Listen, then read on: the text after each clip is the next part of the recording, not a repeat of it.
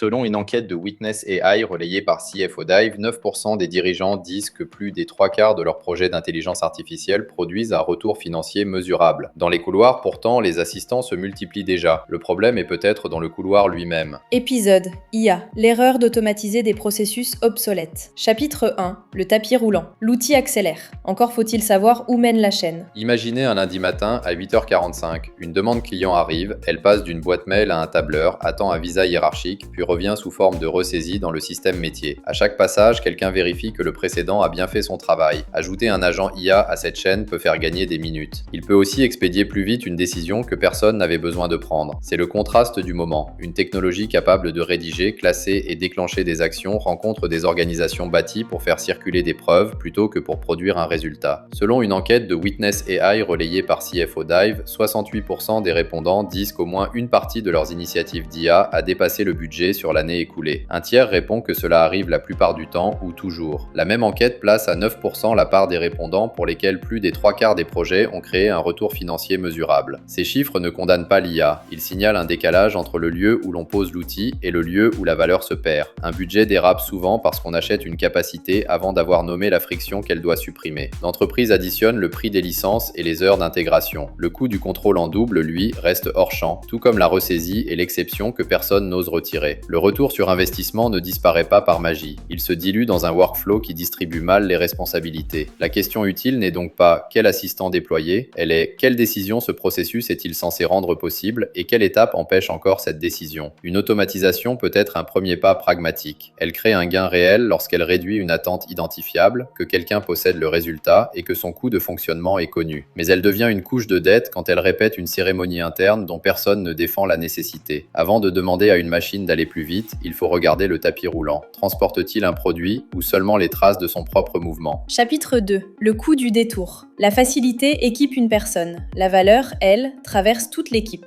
Sur l'écran, attribuer un accès prend quelques clics. Dans l'organigramme, déplacer une responsabilité peut prendre des mois. C'est ici que le débat devient politique, pas technique. Équiper chaque collaborateur d'un outil est simple, une formation est organisée et l'on attend que les usages apparaissent. Redessiner le travail oblige à déplacer des frontières. La préparation du dossier relève de qui, à quel niveau se prend la décision et qui répond si l'agent agit mal. Reste à savoir quel contrôle est nécessaire ou lequel rassurait seulement un niveau hiérarchique. McKinsey oppose l'habilitation individuelle à l'automatisation des workflows puis à la réinvention des rôles et des modèles opérationnels autour de l'IA. Selon son étude, 13% des dirigeants au stade de l'habilitation déclarent une valeur d'entreprise significative. Cette proportion atteint 24% avec l'automatisation de workflow et 48% dans la réinvention. L'écart ne prouve pas qu'il faut tout démolir dès demain, il montre où se trouve le levier, dans la manière dont le travail est assemblé, plus que dans la présence d'un outil sur chaque écran. McKinsey indique aussi que 11% des dirigeants interrogés ont franchi le cap de cette réinvention. C'est peu parce que la facture est immédiate. Il faut cartographier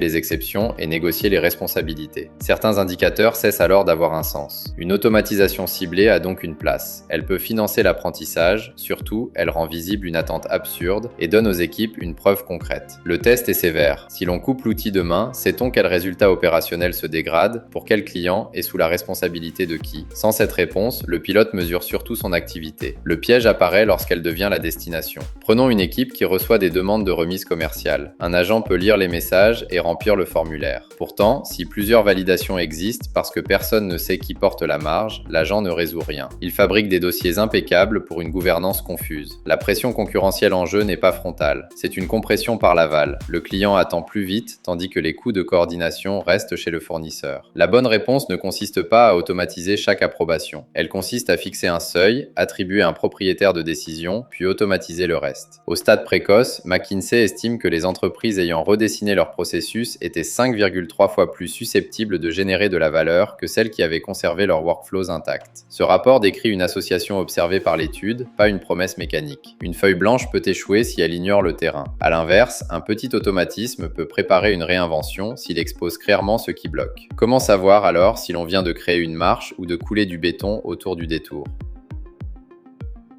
Chapitre 3, l'agent et la porte dérobée. Quand le processus refuse de changer, les contournements prennent le volant.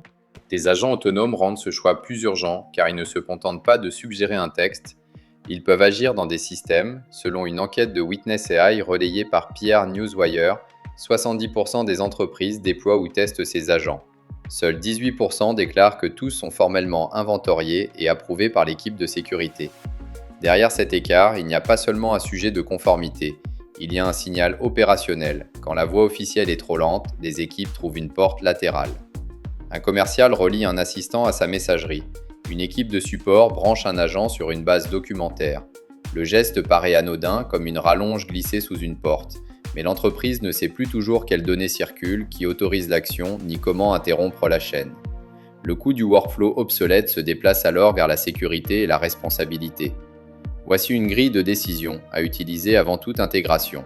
Elle ne demande pas un grand programme de transformation, elle force simplement à rendre le coût du détour visible avant de lui donner un moteur.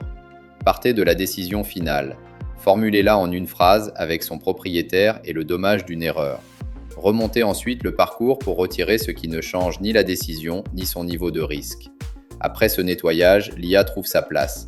Elle prépare ou exécute une action sous une autorisation consignée. Cette séquence ne célèbre pas la lenteur. Elle empêche qu'une exception devienne une procédure industrielle, tout en évitant l'erreur inverse. Attendre une refonte totale avant de produire le moindre gain. Le bon portefeuille mêle des automatisations réversibles, mesurées sur un résultat précis, et des chantiers de réinvention réservés aux endroits où la coordination absorbe la marge. Un directeur de la transformation peut tester cette distinction sur chaque projet. Le bénéfice vient-il d'une tâche accélérée ou d'une décision devenue plus simple ? Dans le premier cas, surveillez le coût d'exploitation.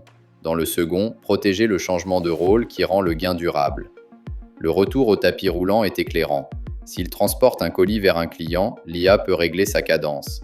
S'il fait tourner les mêmes formulaires entre les mêmes mains, accélérer ne le rend pas utile. La grille à emporter tient dans cette question. L'outil enlève-t-il un travail ou rend-il seulement son absurdité plus rapide ? La prochaine automatisation dira moins ce que votre IA sait faire que ce que votre organisation refuse encore d'arrêter. Avant d'ajouter un agent à la chaîne, regardez ce qu'elle transporte vraiment. Le meilleur workflow IA est parfois celui qui n'existe plus.